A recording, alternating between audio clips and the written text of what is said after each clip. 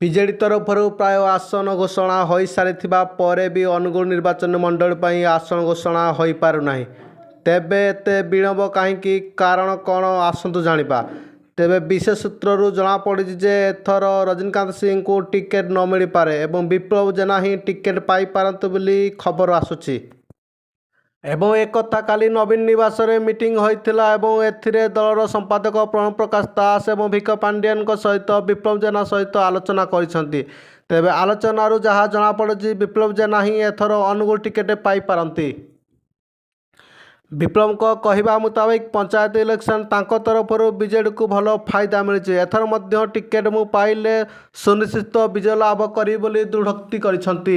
ସେପଟେ ରଜନୀକାନ୍ତ ସିଂଙ୍କୁ ଟିକେଟ୍ ନ ଦେଲେ ଦଳର କ'ଣ କ୍ଷତି ହେବ ତାହା କହିପାରିବା ନାହିଁ। କାରଣ ଦୀର୍ଘ 20 ବର୍ଷ ଧରି ରଜନୀକାନ୍ତ ସିଂ ଅନୁଗୁଳ ଲଢ଼ି ଆସିଛନ୍ତି ଏବଂ ବିଜୟ ଲାଭ କରି ଆସିଛନ୍ତି।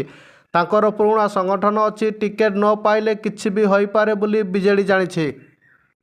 ସେପଟେ ଟିକେଟ୍ ରେସ୍ରେ ବିଧାୟକଙ୍କ ପତ୍ନୀ ସଂଯୁକ୍ତା ସିଂ ଏବଂ ବ୍ୟବସାୟୀ ମହେଶ ଧଳ ମଧ୍ୟ ଆଶାୟୀ ଅଛନ୍ତି। ଏସବୁ ଭିତରେ ବିପ୍ଳବ ଏକା ହିଁ ସବୁଠୁ ଆଗରେ ଅଛନ୍ତି ଏବଂ ଏଥର ସିଏ ଟିକେଟ୍ ପାଇବେ ବୋଲି ବିଶେଷ ସୂତ୍ରରୁ ଜଣାପଡ଼ିଛି।